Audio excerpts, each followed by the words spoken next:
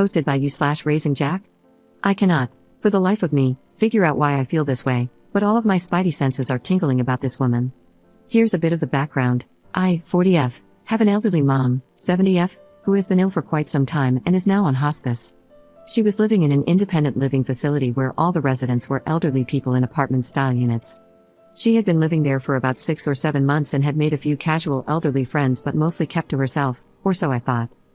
A couple of weeks ago, my boys and I were visiting my mom. We live right down the street and visit often, when a woman approached us with my mom. I extended my hand to introduce myself to the woman, but she dismissed the handshake, went in for a hug instead and said, "Oh, I only do hugs for family, and we're pretty much family." Okay, a little weird coming from someone I had never met before and had never even heard my mom mention, but I brushed it off, thinking she was probably just really lonely or something. I asked my mom about this new friend, and she just said they met at the senior living place and that she's been a really good friend to her. Great, I love when my mom has friends, it's important to have them. But this woman keeps giving me weird vibes, and I can't pinpoint why. A few things seem odd to me. 1, my mom is moving to a more traditional apartment complex this weekend, and this new friend liked the new complex so much that she decided to move there as well. Her apartment isn't ready yet, but she'll be moving to the same complex as my mom next month. 2, she apparently bought my mom's dog and I have the world's best Andy sweatshirt for Christmas. They had known each other for maybe 2 months at that point. 3, she called the other day, I'm not entirely sure why, but I guess it was to give me her phone number and more formally introduce herself to me. She talked about doing a lot of caretaking for my mom, saying things like, "Oh, I can manage her medications for her if you want." I replied that while I appreciated the offer, there are a lot of controlled medications involved, and hospice prefers to keep the number of people managing them to a minimum.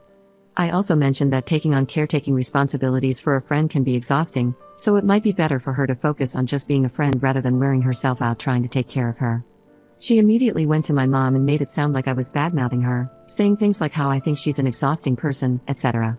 When I confronted the new friend about twisting our private conversation, she lied and said my mom had grabbed her phone and read everything in the text messages, even though it had been a phone conversation, not through text. When I pointed out there were no texts, she stumbled over her words, and I dropped it because I knew it wasn't going to get anywhere. And 4, every time I talk to my mom on the phone, I can hear this woman in the background, telling her what to say or adding comments. None of it is outwardly concerning, but it feels like I can't have a conversation with just my mom anymore.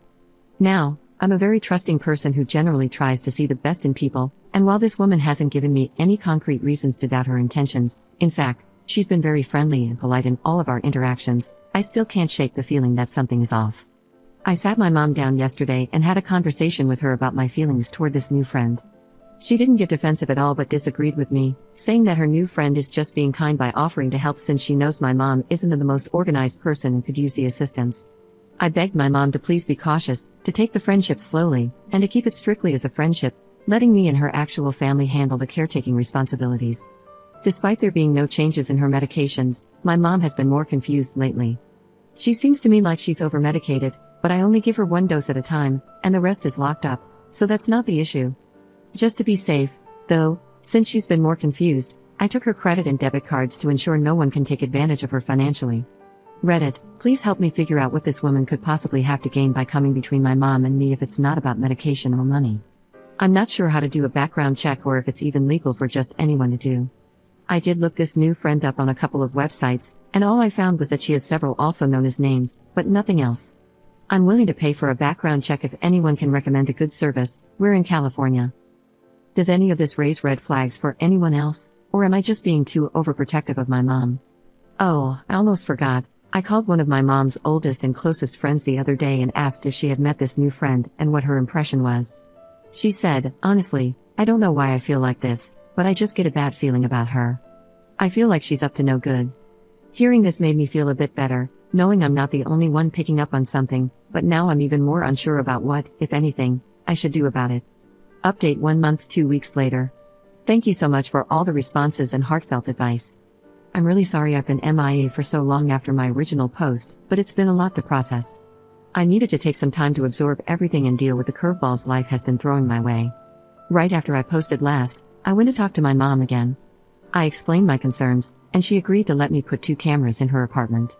On moving day, I stepped out for a few minutes to take my kids back to the house, and while I was out, I logged into the camera app to test the settings.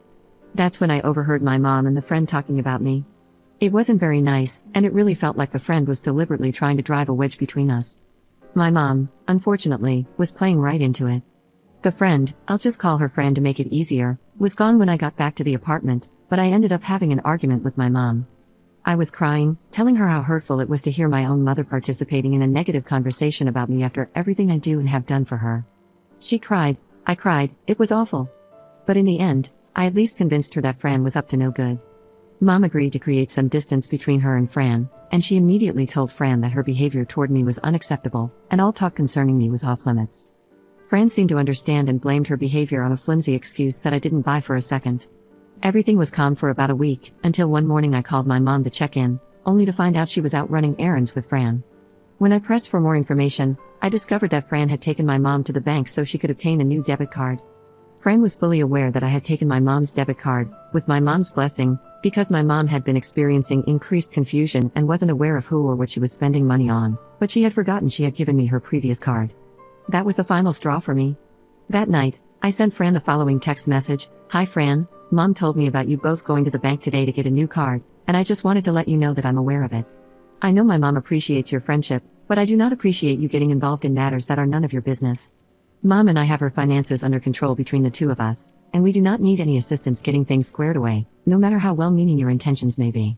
She's asked me to take her new card again and has made me the main account holder, so I can ensure she has access to what she needs, but no one else does. I want to believe you're coming from a sincere place of wanting to help, but it greatly complicates friendships when you get involved in financial matters. I handle all of my mom's finances and medical issues, and that system works for us. While my mom deeply appreciates your friendship, she does not need a caretaker. I've got that covered. If you sincerely want to be her friend, you need to take several steps back and reconsider how you're coming across to me. From my perspective, it looks like you're coming dangerously close to crossing the line into elder abuse, and I'm sure you wouldn't want me to involve the authorities. However, that is exactly what will happen if things continue down this path." Fran responded with some BS reply along the lines of, "Oh my word, I would never take advantage of anyone, and I just wanted to help your mom, blah blah blah. Oh, and I think you and I have gotten off on the wrong foot, which is my fault, but I'd like to start over, blah blah blah," and more bullcrap that I got sick of listening to. I never responded to Fran after that, and, shockingly, she hasn't really reached out to my mom since. I believe she's supposed to move into the apartment complex this weekend, though, so we'll see if she pops back up out of the woodwork. I think she understands that I see through her attempts to come between my mom and me and that she'll need to focus her efforts to scam someone else. I notified my mom's hospice nurses and her social worker as well. I also bought a really cool medication dispenser. I won't name it because I'm not trying to promote anything, but feel free to reach out if anyone needs help managing medications for family members. It's expensive and probably cost prohibitive for a lot of people, but it has been a game changer for me in keeping my mom's medication safe and organized. The dispenser is locked and syncs with an app, so I get notified every time it dispenses a medication. This made me feel much better about Fran not having any access to my mom's prescriptions, but the trip to the bank showed me exactly what Fran was after. I also notified the bank that if Fran is with my mom, they are to contact me immediately. All in all, I think most of you were right. Fran was using my mom for money, or at least trying to. Luckily, I caught it before much damage was done. I believe I've made my position clear to Fran, which is likely why she's staying away. However, I think I still need to contact the independent living facility about my concerns with her because, I swear I'm not making this up, my mom says that Fran is going to be working there after she moves in. I definitely don't want her in a position to take advantage of anyone else. Thank you again to everyone who replied and reached out to me with resources and advice. I read every single reply, and I even shared several with my mom. It really helped her see Fran for who she truly is. Second update 7 months later. Thank you to everyone who keeps checking in with me, asking how my mom is doing and if there are any updates. My mom is still on hospice and doing okay, all things considered. She has her good and bad days, but she has been mostly lucid lately, and I'm grateful for that. Fran has been mostly MIA, thank goodness, ever since I told her, in no uncertain terms, to beat it. The only time I've heard from her was when my mom's phone wasn't working. Fran left a message asking if my mom was okay, but I left her unread. This tells me my mom hasn't completely cut Fran out, even though she says she has. However, with my mom's blessing, I've taken control of any avenue Fran could use to take advantage of her. I've alerted the hospice nurses and the social worker, and I let Fran know I had done so as well.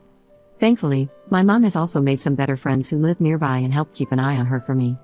I didn't go to the police, as I didn't feel I had enough grounds for a case, but I made it clear to Fran that I wouldn't hesitate to do so if given a reason. If Fran comes back around or gives me any reason for concern, I'll update you all.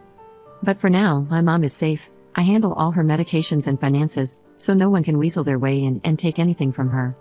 Thank you again to everyone for your care and concern.